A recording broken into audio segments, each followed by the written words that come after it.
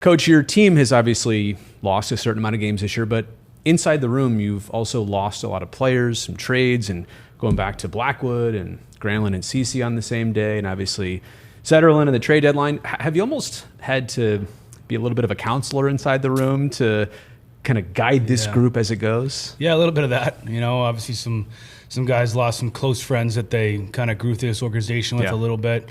We've lost some really good people. That have moved on. So I think even the veteran guys that lose veterans like a Jake Wallman and a Ceci that are really good, character players for us, there's a transition period to that. They are human beings. We have to remember that.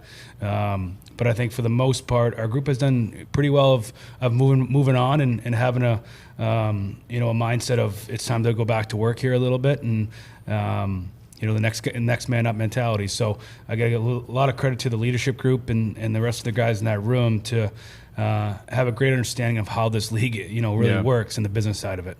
I feel like the beginning of the season and now this ending period are going to be the most difficult stretches of the seasons, in a sense that at first, a lot of newness, including your head coach role with this team, and some new players and figuring it all out. But now the end, right? Like there's not going to be playoffs, and there is just this final stretch, and there is a light at the end of the tunnel.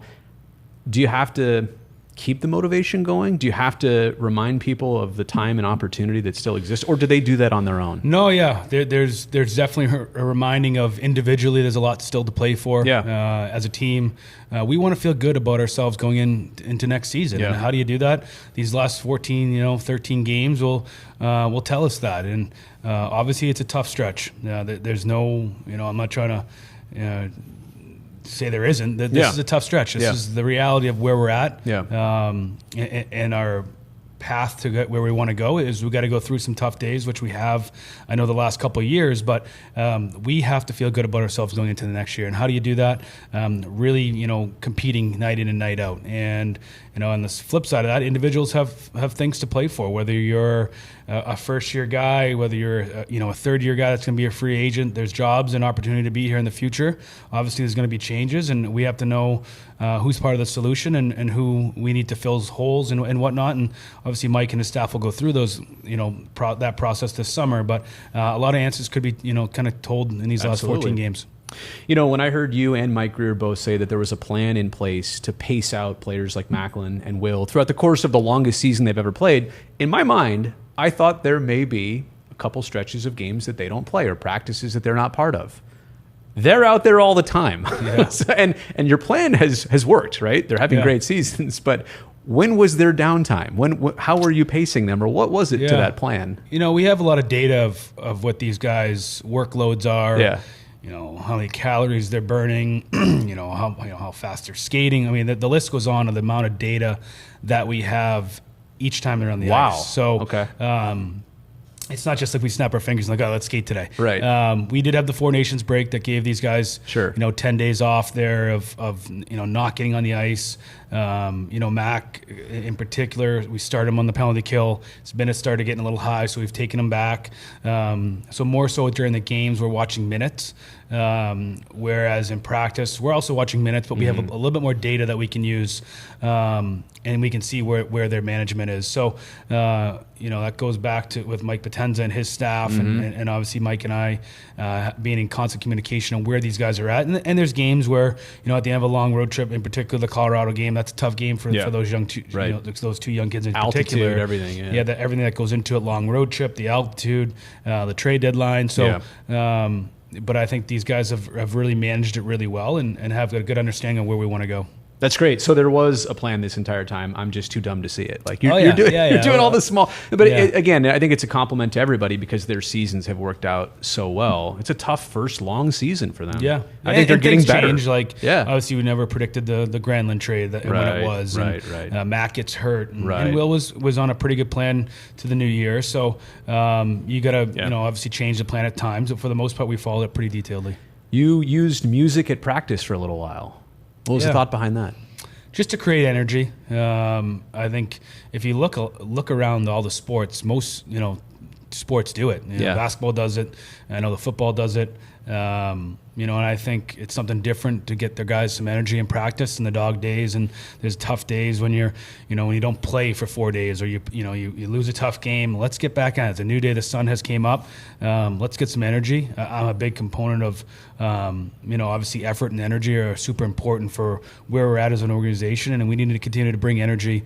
And then on the flip side of it, there's also, we've done crowd noise, and we've done, situations where we need to, communicate a little bit more on the ice. And how do you do that is through some, blocks of music and crowd noise. So, it's something different, and we'll continue to do. I mean, hey, I listen to music while I work out, right? Yeah. You probably do too. Yeah, It's a motivator in addition to everything else. Exactly. So we're past 66 games of this season, but when we were at 66, exactly 50% of the Sharks games this year were decided by 1 goal. And that's not even counting some 2-goal games, which had an empty netter and could and should have been 1-goal games. That's just a lot of 1-goal games. And so this is a loaded question.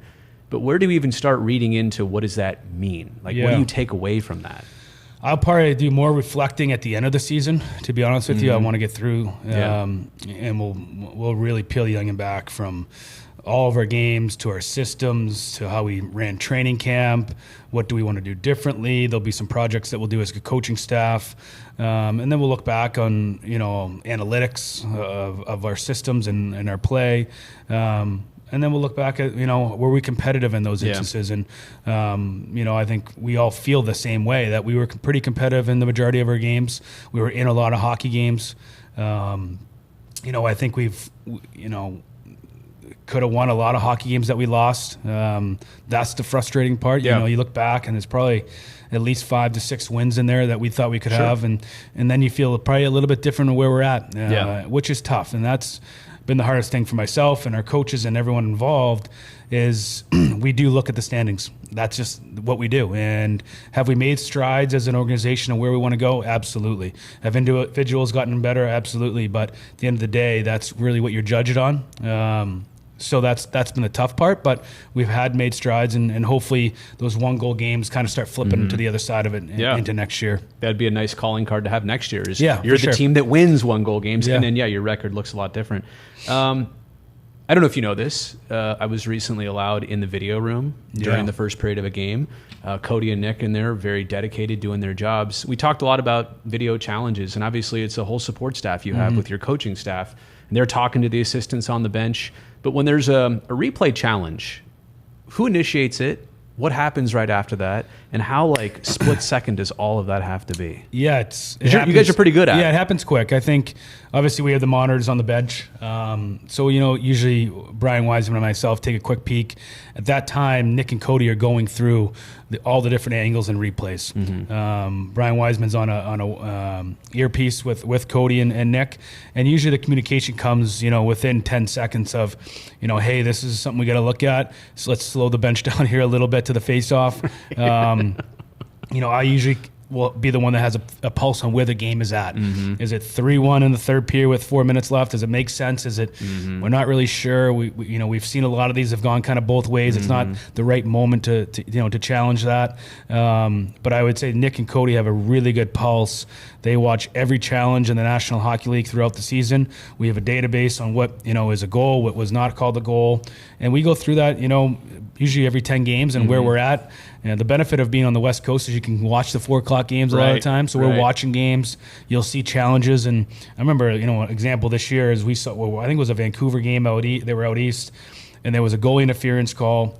Wasn't much, and they called it back. And then that night we had a very similar call. And I think we ended up challenging. It might have been against Pittsburgh, I think, if I remember correctly. And we got the call too. So you kind of remember those things that are happening throughout the game. But I would say Nick and Cody, and then they get into the summer and they go back through them again. Yeah. So we have a pretty good pulse on where we want to challenge and what we want to challenge, and then usually it comes down to circumstances in the game. But you're the only one that doesn't have an earpiece in, right? Yeah, me and Doug don't have earpieces. So you're disconnected from maybe that for sure. And Brian usually is telling me what these guys think, and Thomas Spears up top with an earpiece on as well, a goalie coach.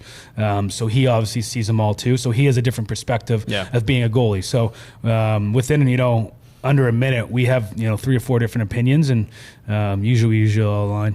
I wouldn't have brought this up unless you guys had a pretty good track record at it this year, and you do. So that's a great thing.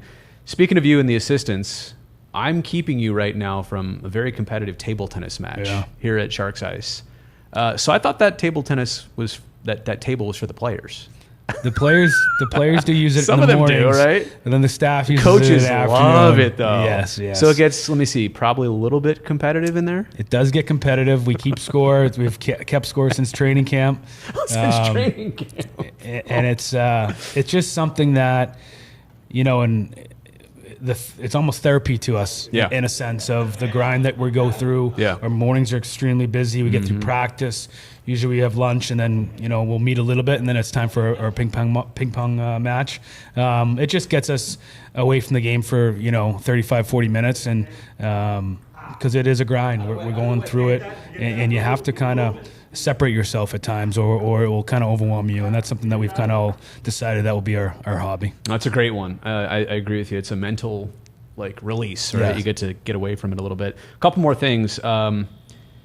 William Eklund has really seemed to evolve this year. I feel like maybe him even playing with Macklin has benefited his game. And I'm wondering what you see, because I also know that he was told that he wanted, or the team wanted him to be more of a leader. Yeah. And it seems like he's kind of done that. Yeah, I think he's really stepped up. And, I'd say the second half of the season, he's really become more vocal. Yeah. He's a competitive guy, and he wants to be the solution to get this organization to win hockey games again. Yeah. And, I think that's the biggest thing is he wants to be here. He wants to be the guy that helps us get out of this not being in the playoffs and get back to that. And I think he's had a good, solid season. I think there's still a lot of improvement that he can make. I don't think we've seen a finished product by any means, and I know he's, has more points than he's had last year. But, I still think there's we can continue to push the envelope of where he can be as a player. And he's competitive. He wants to do well for himself. He wants the team to do well. Again, it's going to come back to the evolution of our team and where we're going.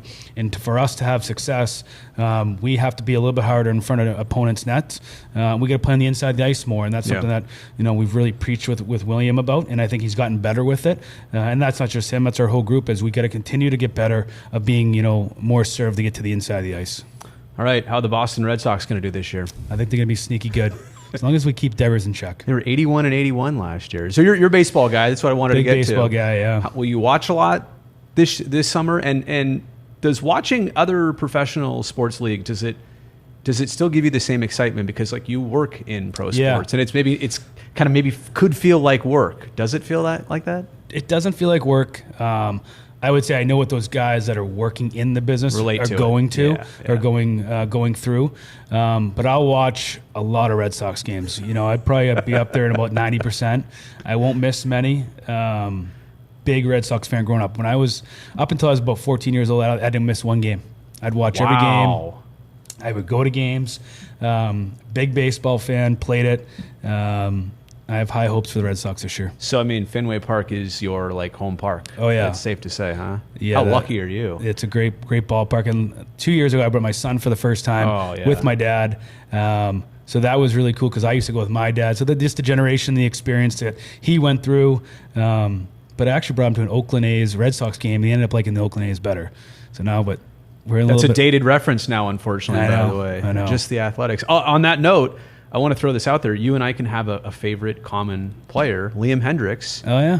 Red Sox reliever. Used to play out here. Good friend. Big hockey fan when he played in Canada. Became a huge Canadiens fan. And now plays for the Red Sox. Yeah. So, and has survived cancer. Incredible. Has survived a Tommy John surgery. So good guy. Hopefully he's a closer. Yeah. No, it'd be good. I don't know how we got into baseball chat, but Sharks head coach Ryan Warsofsky. Thanks. Thank you.